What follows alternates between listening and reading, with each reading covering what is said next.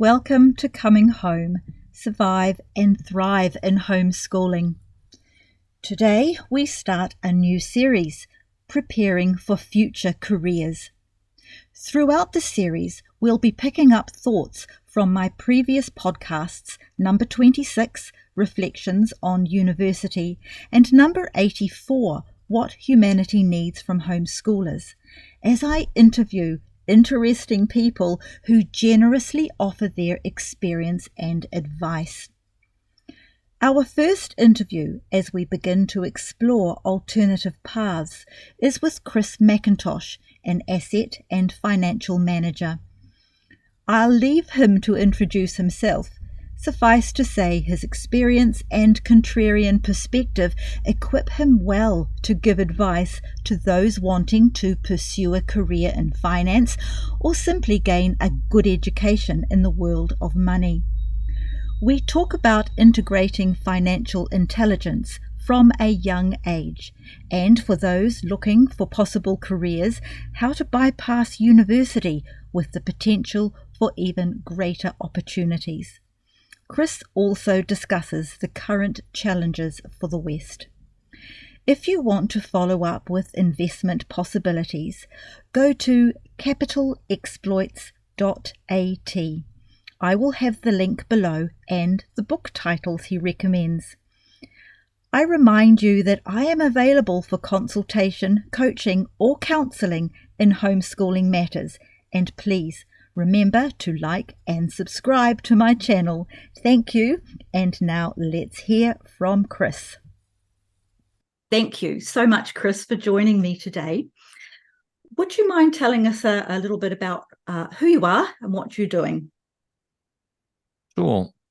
So my name's Chris MacIntosh. I run a number of businesses, but predominantly I'm in the financial space. I run an asset management company called Glenorchy Capital, which invests globally in typically sort of asset classes that most people will abhor, especially if you are a consumer of the mainstream media. And we'll get into that further on, I suspect. I also have a publication business that sits on the side of that, whereby we talk and educate people into, I guess, a way of thinking, and also it explains what we're investing into for ourselves and for our clients at Glenorchy. So the two are very closely tied together. So that's what I do now. I've got a background as an entrepreneur, and prior to that, as an investment banker. But yeah, grew up in South Africa. I've lived in 7, 8 countries. Lived all over the place. Traveled to, I've lost count, lots. So I don't really view the world, I guess, in the same sort of light that many others do. I have a very global perspective on things, and that translates itself into my investments. It translates itself into the way I operate and run my businesses, and of course, how I think about education, which is your bent, and how we should be preparing ourselves and our kids. And when I say preparing ourselves, really what we are doing, or what we should be doing, is preparing our children, because as soon as you're an adult, you're only one generation away from a change in society if you haven't prepared that new generation adequately. And we see this fairly consecutively throughout cycles of history. So we are at a very interesting fulcrum, I would say, in terms of the time of history, certainly within the Western dominated hemisphere, or Western dominated world, and it is a very challenging time for all. But I would say it's even more challenging, perhaps, for Westerners. And I say that because we have a status quo that for the vast majority of people, they think a certain world exists, despite evidence that it doesn't, and that's increasingly going to become evident, and that brings about incredible change. And change, if you're not prepared for it, and if you're not understanding of what that change is and why it's come can be very, very, very, very uncomfortable. So that's who I am. That's a very, very brief introduction as to partly how I think. Great, thank you. That is a really good foundation to bounce off now. So you've already mentioned the importance of teaching your children. Can we think about the general sense of financial education right from a young age? What do you think is important to be introducing to your children as soon as possible? Good question. I think the fundamental problem that I have, and I have had for, if I think about it, really probably from a young age, is that the way education is thought of, and certainly the way that it's been taught, is education has been this learning of facts. And I think that's completely wrong. I think it's totally wrong. Facts don't teach you principles. I think what we should be training is training the mind to think. If I give you a quick example, growing up, we did World War II. I grew up in South Africa, so we did like the Boer War. We did a lot, a whole lot of different things. But I still remember having to remember dates, having to remember generals' names, things like that, which actually don't matter, right? Because the dates don't matter. Because if you go back through enough history, you'll see that history keeps repeating, at least in general terms. And so why do the dates matter? Why do the particular people that were involved, do their names really matter? Does it matter if the person's name was Joe or Fred? No. What we should be understanding is why those things transpired. What were the causes of the particular war or revolution or whatever the case might be, and then what were the solutions to it, such that we might then be able to identify those sorts of things on a go-forward basis so that we can get better. It's a bit like building something, right? If you're only focused, let's say you're building a little wooden house, if you're only focused on the timber and the nails, and you keep learning about how many nails or how many pieces of timber, and you don't understand the structure and why it blew down in the last wind, then you're just going to keep building the same thing again and keep blowing down. So you got to understand and learn from those lessons. And we don't do that. We don't focus on teaching people how to think. We focus on teaching them about facts and figures. And the facts and figures really should come, I think, secondary to those underlying principles. And of course, you can go back into, some of the greats. If you're in the medical space, Socrates, if you in philosophy, there's a lot of incredible wisdom. And it's surprising to me that we don't teach any of that. The closest you ever come to it, if you're going through schooling and even what is called higher education, which is kind of laughable to me, but nevertheless, is that you come across a quote, right? A quote from Socrates or a quote from Marcus Aurelius or something like that. That's about the closest that you come to actually true sort of wisdom and an understanding of all these other things. So to answer your question more pointedly, I think we need to go back to understanding how to think, learning how to think, as opposed to just regurgitating facts. Because what you have, and this is certainly true in your home country of New Zealand, but it's true in many countries around the world, is that you have professional conformists who've been taught, they've gone through university, and here's an interesting little stat, right? So this project, we'll call it that began in 2020, right?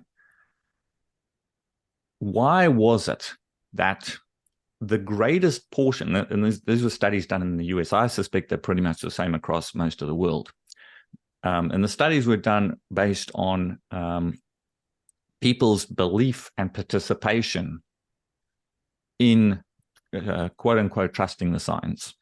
Okay. At the very low levels, your blue collar workers did not trust to the same extent. The greatest level of trust sat within what is essentially the middle, quote unquote, educated class. Then at the far end of that spectrum, your PhDs were highly skeptical. Almost none of them believed. So you go, why is that distribution like that? So if you take your middle class, your educated class, they're professional conformists. You go to university, you study. What are you doing? You're regurgitating. The people, like I studied law, it's just a massive ton of information. All you got to do is remember facts, remember events, remember, like it's memory, regurgitate, give the information, memorize, put it into context, spit it back out. Any idiot can do that, and you get really good at that if you process it and you do it quickly. So, but what you, at no point in time there are you actually thinking. You're not thinking. All you're doing is just regurgitating. When you get to PhD level, now you've got to create a thesis. You have to come up with a concept. You have to prove it or disprove it. There is a thinking process there where you're actually testing your brain. So very, very different to your, I call them professional conformists, which is your entire medical industry. Doctors, all they do is just regurgitate stuff. They go to university, they learn about stuff. They don't question it. They don't have to test it. They don't have to test it in the laboratory. They just regurgitate it. Same as in law, same as in most every sort of field of activity. Then your blue collar workers.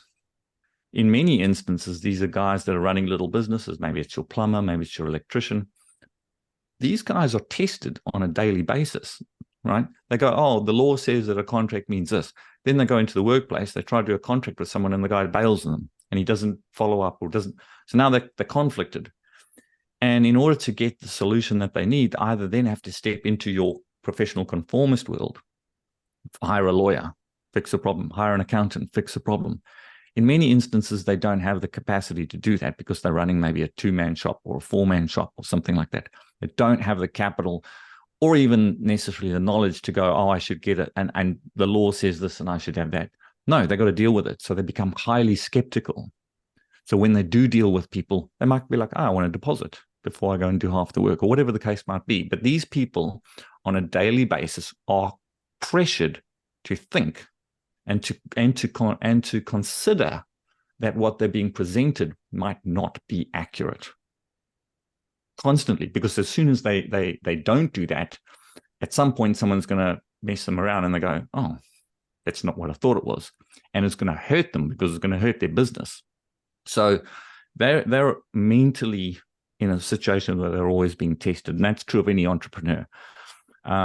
Certainly in when I look at what has taken place during these last few years, the predominance of people that are forced on a daily basis to think and to test and to question, the predominance of those people questioning the narrative is far greater than anybody that works in a large corporate entity who doesn't. They just get a paycheck. They're highly professional, and they've never tested their mental muscle, so it's incredibly difficult for them to now go about doing so. So anyway, that's a bit of a side story, but the point I guess I'm making is that we should be teaching people how to think. We should be teaching our kids how to think, and one of the first steps in doing that is to be critical. It's to be skeptical. It's to always ask the question. It doesn't matter whether it's right or wrong. You know, why? How? Explain it to me. You know, it's like I always say that to my kids, like, explain to me like I'm a Labrador, you know, and then they have to explain something. And then that's when they start having, you know, get the mental muscle going. And I do it. I often understand what they're talking about. It's just a matter of, you know, do you really understand what you're saying? And why are you saying that? Or are you just regurgitating something? You know, so anyway, I'm rambling now.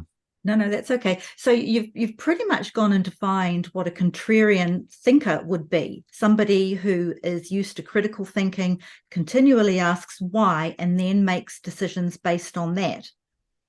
Would you agree with that?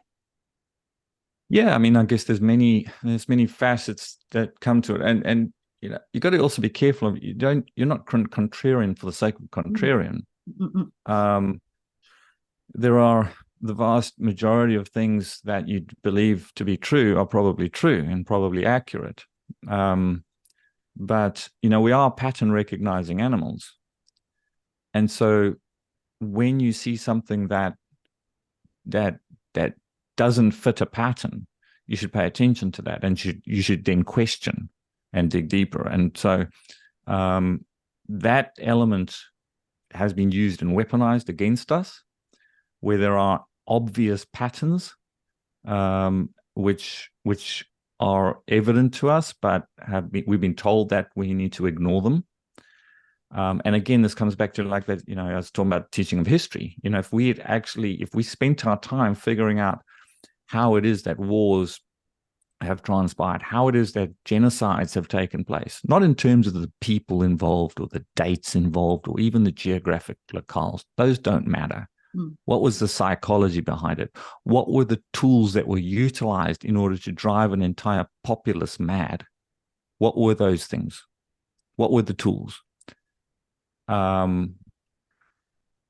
If we focused on that, then it's far easier for us to identify something, right? Because again, pattern recognizing, you've trained your mind to think of those particular patterns. Now they represent themselves to you, and you go, shoot, I've seen that somewhere. I've learned about it somewhere. Is it maybe?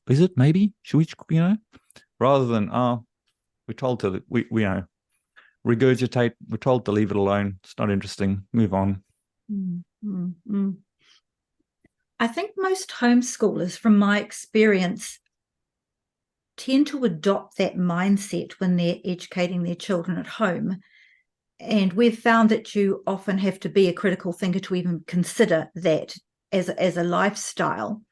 So when they're putting together their curriculum at home for their very young children, if we take on that general sense of what you're saying of critically think at everything you're doing, that would naturally encompass financial decisions and how you make your planning to include your children in that.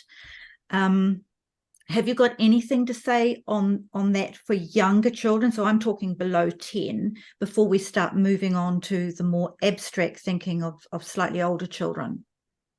Yeah, look, I think you can start at any age. I remember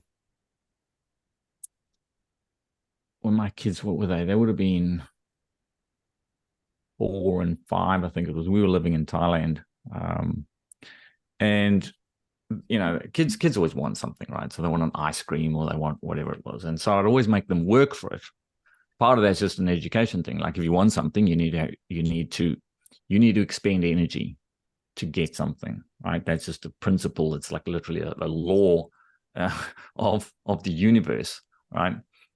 And so for example, I would get them to figure out what an ice cream in Thai baht was going to cost in US dollars or in New Zealand dollars, right? Like, you want an ice cream over there? Okay, how much is it going to cost me? They're like, oh, it's 150 baht. I'm like, no, what's it in? They're like, what? And then I'd make them, even if they got it wrong, it didn't matter. It was the concept that you had currency, you had multiple different currencies and they had different pricings. Just that very concept, it starts developing an idea in their head that finance, that money can be different, right? So, and why would it be different? So as you then progress, if you're getting into high school, even higher education, I know fully grown adults who cannot understand basic currency conversion or why it might be the way it is. And it starts when they're bloody young, right? So another, just as a tool, one of the things that I remember doing was, again, kids want something. So I remember taking them to a food court. You sit in a food court and say, okay, we're going to get whatever you want. You can have whatever you want from any of these stalls or any of these food stalls. And there's like a sushi bar and there's a McDonald's and there's donut bar and whatever. But I want you to explain to me which of these businesses is likely the best business to buy. If I gave you any amount of money and you could buy one of these businesses and they're for sale, which one would you buy? And I sit there and kids are much smarter than you think, right? So immediately they go, oh, the one with the biggest queue. Like, so McDonald's got this massive queue, right? And then they go, McDonald's, buy that one. I go, okay. You looked at the demand side. There's a lot of demand. Fine. Okay. Now, if you're running a business, it's going to cost you money. How many people are in the McDonald's? And they're like, oh. So they start counting behind, and there's 3 people at the counter, and there's some people at the back, and the next thing there's like 8 people in the McDonald's. I go, okay, so that's a lot of cost. You're going to pay 8 people. What about the sushi bar over there? It's husband and wife team, little Japanese couple. There's only 2 of them running the whole thing, right? So that's a much, much lower OPEX. And now they're sitting there like, oh, shit. It's just getting them to think. I didn't care whether they got it right, wrong, or otherwise. I didn't necessarily know which was the best business to buy, but you can play games to just get you to think, right, as opposed to regurgitating, pricing models or whatever it is. Like, none of that really matters if you can stop and think about stuff. And I think you can start at any age, and it's just a game. You make games out of everything. So. That's financial education, which is easy for anybody to do, and starts with you having a curiosity yourself. If you're curious about the world, if you're a weirdo like me and you sit down at a food court and you go, which business would I buy? Because that's a thought that goes through my head. I'm like, I got to do the math. I got to start, and while I'm just sitting there because I'm bored, I don't like sitting on social media. I'd rather sit and figure things out. Then I'm like, oh, okay, I'll play a game. Let's play a game with the kids. Let's make them think. So I think you can do it across multiple spectrums in any course of life. But the key, if I were just to distill it down into one thing, it is actually just the ability to think. Mm-hmm. You've actually hit on 2 things that I'm really big on. So peppered through all of the podcasts I've done, and something that we lived by, my husband and I, when we homeschooled our kids, was that it was really important to learn how to think and not what to think. So, and also the concept of the world is your classroom. And just from that example you gave me of going into the food court and think, you're actually living that. So whether or not you realize you were living a proper educational philosophy, you were, and that's the best way for children to learn. It's real. It's not isolated into a boring textbook. There's so much to learn if you just learn how to. Yeah, it's funny. People be like, oh, I want to go to university to study economics. I go, why? What is the study of economics? Oh, it's how finance works. It's how businesses work. All right, okay. There's businesses out there. Take a drive. Get on a bus. Go and have a look. You can fairly easily determine basic concepts, which are amazing to me. They get lost by people coming out of university with letters behind their name. Let's say you and I jumped on a plane and we flew off to, I don't know, Lusaka in Zambia. Here's a place I know. So Lusaka is pretty economically weak comparative to where you are in Auckland. And you're going to get up for the plane in Lusaka and you're going to jump in a taxi. And you can look at the quality of the taxi. And then you could look at whether the taxi driver has got fuel in the taxi or not. That's a really great indicator. If a taxi drivers are driving around and they don't have fuel, and you'll see this when in extreme situations where you jump in a taxi and they will be like, oh, you need to pay me now, and I'll go fill up with gas and then I'll take you to wherever you're going to. They have absolutely no capital allocation. They don't even have the savings of fuel to sit in their tank to be able to do the business that they need to do. They have no capital accumulation.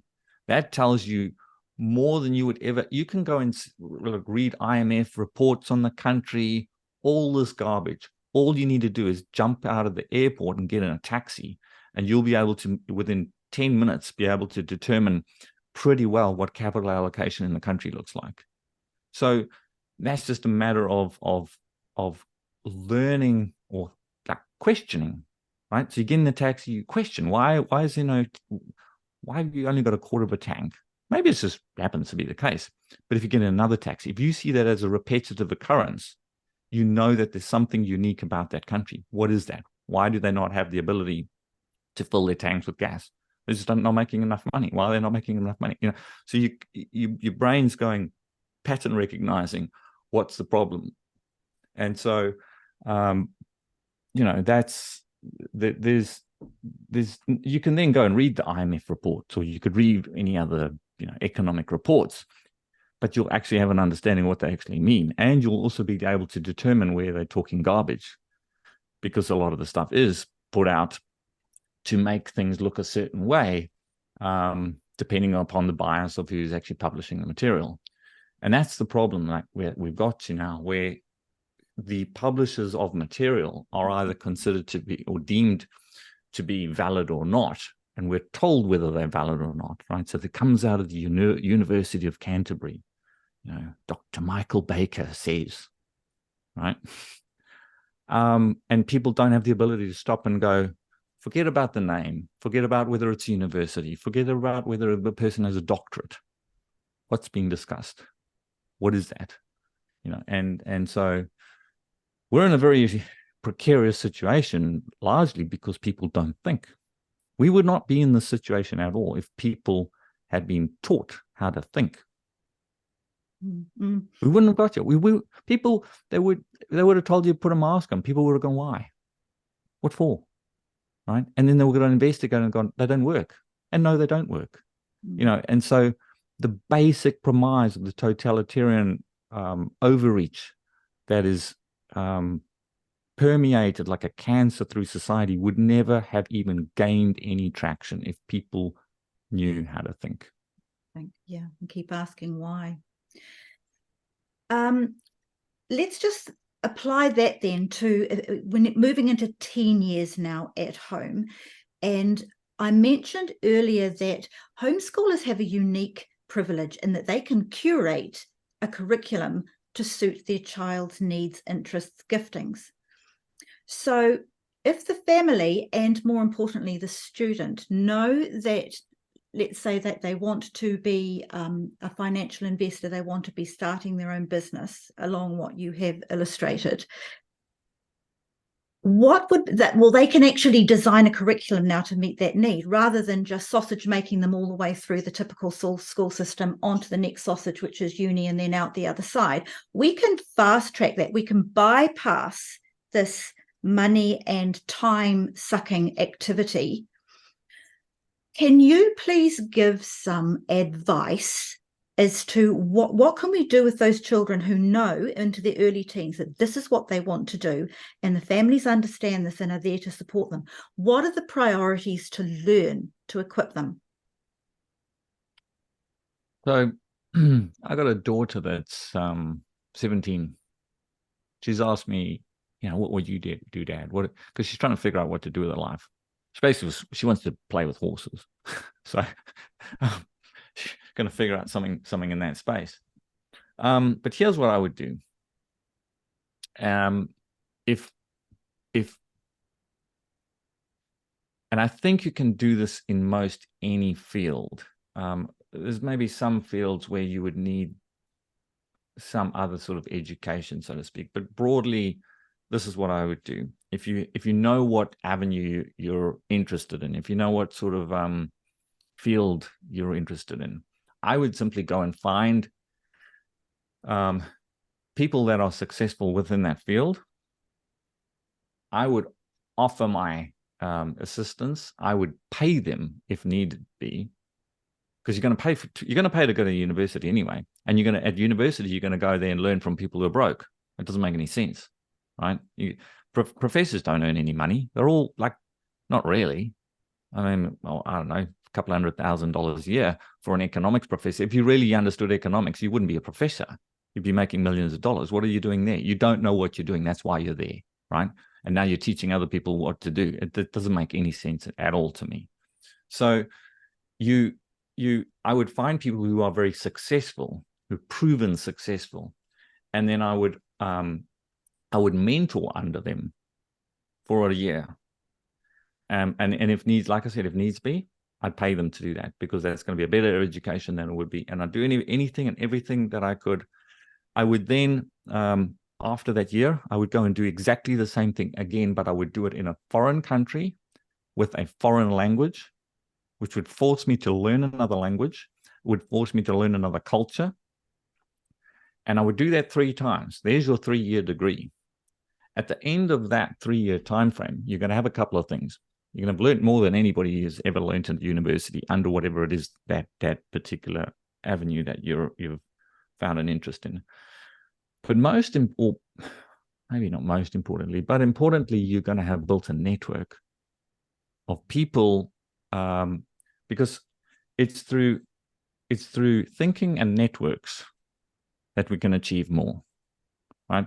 The good old saying, "No man is an island," is rings true. So you can't do everything on your own. So you need to help with other people. And that entails a couple of things. It entails the ability to work with other people. And it entails the ability to discern good people from bad people, and to figure out a way to work with them. If you've been mentoring under anyone that's successful, you'll be watching them doing that on a daily basis. It's impossible that, just by osmosis, you're going to have picked up some incredibly valuable social skills, and you're going to have picked up very good social networks, because successful, wealthy people in whatever endeavor tend to always navigate towards working with other successful, wealthy people. That's what happens. And so your network is going to be of high quality. You're going to come out after 3 years of a high quality network that's global. You're going to pick up another language. That's the kind of person I'd hire. I would never hire someone straight out of university. I almost never, unless they exhibited some very, very unique trait of some description. I'd rather actually have them uneducated, so to speak, where I could train them. I don't want to have someone that's been indoctrinated into some garbage from a Marxist institution. It doesn't make any sense to me. So that's what I would do. Yeah, cool. That was, I thought you might say something like that, and I've really appreciated listening to how you said that too, because this is what the parents need to hear, because most parents are still of the mindset that the epitome of a success in your child's life is to get them through high school and into university. But over the last group of years, the more I've seen of universities, we would actually do things different with our children now, except where you actually need it for whatever it is you want to do, like you've indicated. You can actually do it more efficiently, more effectively through just good mentoring.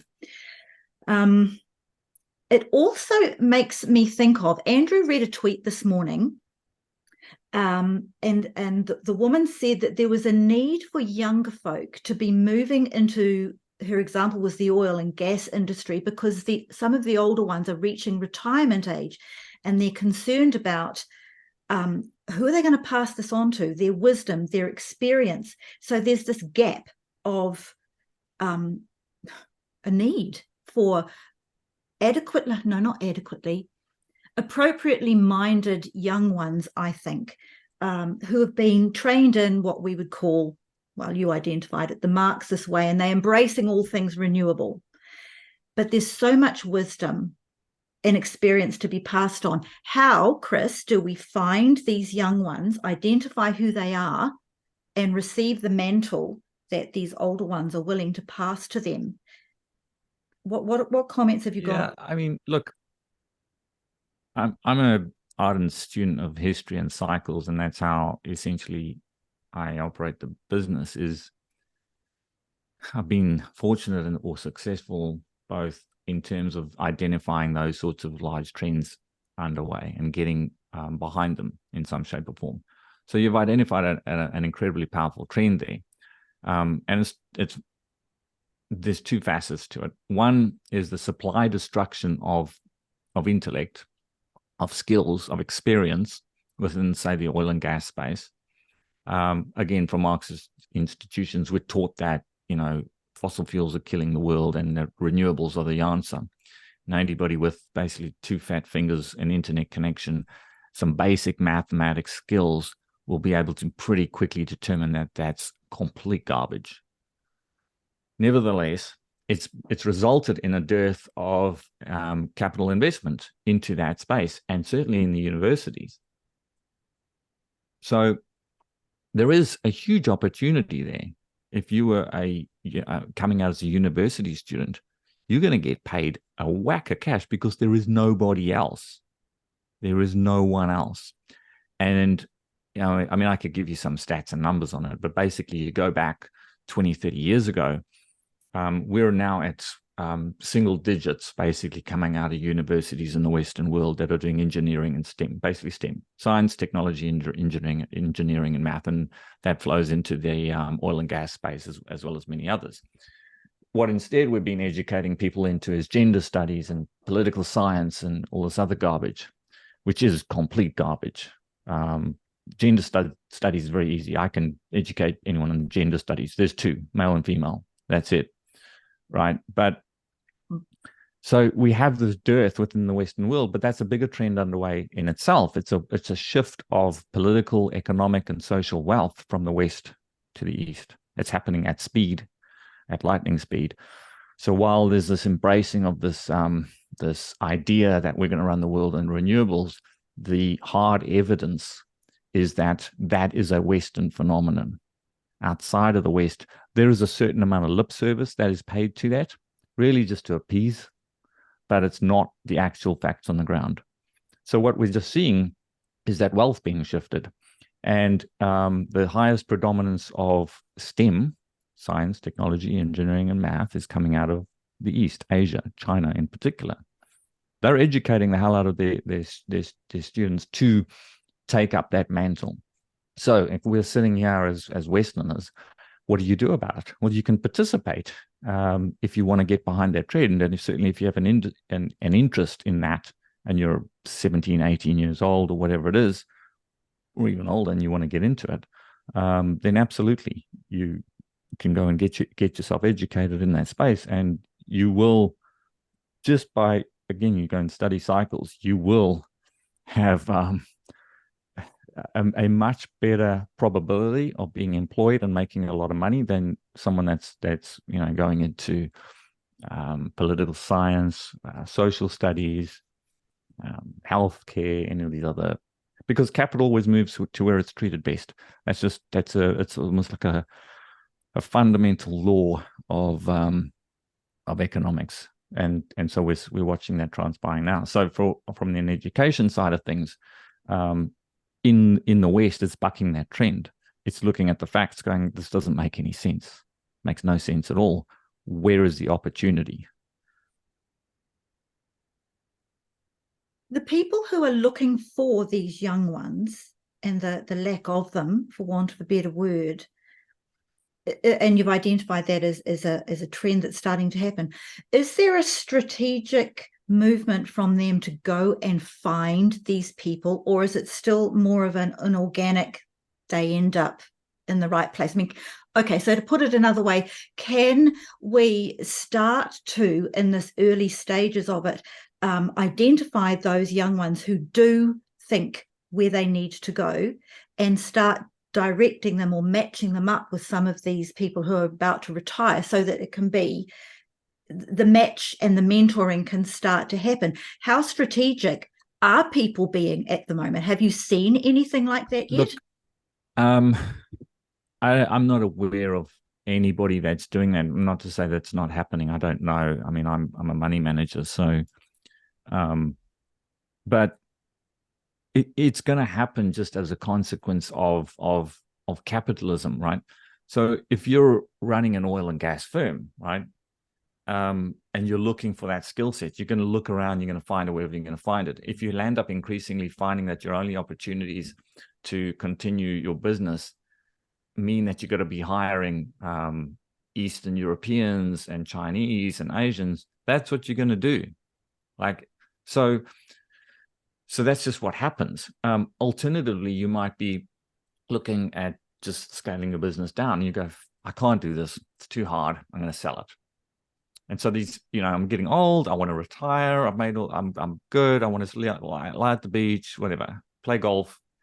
So that happens. And then the businesses go up for sale.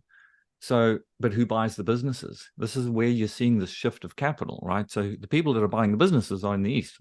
They're like, well, Westerners don't want to buy it. Banks won't finance it because they all got these ESG woke scores. So they don't want to finance it anyway.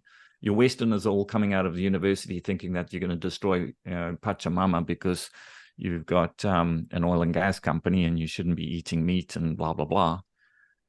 So there's no intellectual incentive to do it.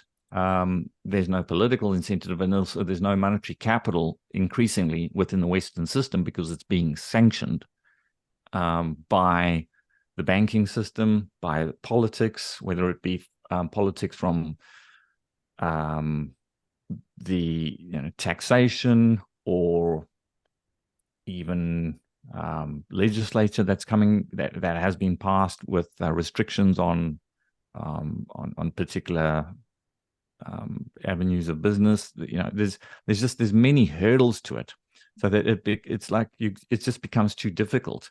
So you just see the assets shifting. I mean, that's what we've been watching. The assets just keep shifting. They either get shifted in ownership or they get shut down, and the capital gets basically moves offshore. Someone else picks up the few assets and they go and run with it. And so I'm not aware of anybody that's out there saying, well, we kind of need to bridge this gap. The market bridges it anyway. It's being bridged right now. So I don't think you need to deal with that. It's going to happen anyway. The question for me is just like, do you want to participate in that or don't you? And to me, I'm like, yeah, I want to participate in that because there's extraordinary amount of asymmetry there. And there's millions of dollars to be made. So why would you not? So, but to some extent, it's like it's a unique and wonderful opportunity, right? Where if you can see something that's so obvious and you're walking around with a bunch of sheep and nobody else sees it, isn't that a good thing? Like you don't have competition, I mean, in a normal world, you've got all this competition. Everybody wants the same thing. And now, like, your competition just evaporated. They all just went and went to bed. It was a wonderful thing. So it means that you're just stepping into a realm where you might be ostracized, you might be demonized, but who cares? It's one of the first things you should teach kids is not to worry about what other people think of them. Yeah, it's usually a good sign you're on the right track to something. Yeah, I mean, a few weeks ago in one of your podcasts, Chris, you recommended the book, The Success Equation, which I promptly downloaded into my Audible. Thank you for that tip. Can you please explain to the listeners why that book came immediately to your mind and why they should read it?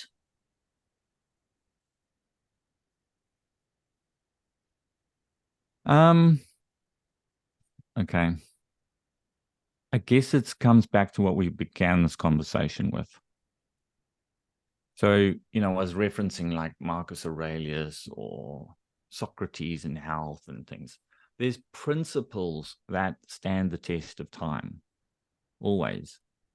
If we understand, look, even as kids, like as little kids, we got taught these. Remember the story of the little red hen, right? So the little red hen who says to his mates, come on, let's go and plant some seeds. And they're like, I'm busy. I don't want to plant seeds. And so off he goes and he plants the seeds. And then he's, come, let's go and water them. I don't want to water, And as the story progresses, eventually he harvests them and he turns it into a loaf of bread. And now everyone's like, oh yeah, I want to have a piece of that, right? But nobody else has participated in it. So what is that? Well, that's just a principle. It's a very understandable principle about work. So that book is basically just a host of different principles that in some respects it shouldn't surprise you. Like, it's not a book where you read it and you go, wow, that's just like lightning. I didn't even think of that. Right? It's not going to do that for you. What it's just going to do is reinstill in your mind things that we all know to be obvious and true. If you don't know that they're obvious and true, then you've had a very terrible upbringing and you need to start correcting it. Certainly there's people out there like that. But so there are just obvious true principles around how humanity works, around how economics works, centralization or the lack thereof of it. Those are all well-known, well-established things that the book just talks about them. So I think it's a useful book for kind of reminding yourself about some of the main principles. It's like kind of keeping you on track, and you're like, okay, because there's it's like in most businesses, and I think in life, if you've just got a bunch of core principles and you kind of keep them as anchors, it's not too hard to go too far wrong, right? And people often get caught up in all the sort of nuance and all the sort of technicalities of things, and not enough, maybe don't spend enough time on just the core principles. So that's what the book is. It's just core principles of basically what works and what doesn't work. Okay. I will put the name of that book in the description box for listeners to go back to, because I think they will find it helpful. Chris, what other nuggets have you got for homeschoolers who are keen to learn, and families who are keen to learn about putting some of these, specifically financial principles in place? What have I quickly moved on from that I should have stopped at? No, I could just point you to some of the books. There's a gentleman that I know who's a colleague and friend. I don't know him particularly well, but his name's Rick Maybury, and he's written a number of books which I read, oh gosh, maybe 10 years ago, and they were designed for like schooling, and homeschooling. There's a whole series of them. The one that begins with finance is whatever happened to penny candy. Just see if I can find the names of them. Those are actually very, very good resources and they're for any age group. It's written as a letters from an uncle. Sorry, is it? Hang on a second. I'll just find this. I'm male. I can only do one thing at a time. But you do it well, Chris. There we go. Whatever happens, penny candy. There's a whole series. I think there's 7 books in total. That's kind of designed as the first in the series. And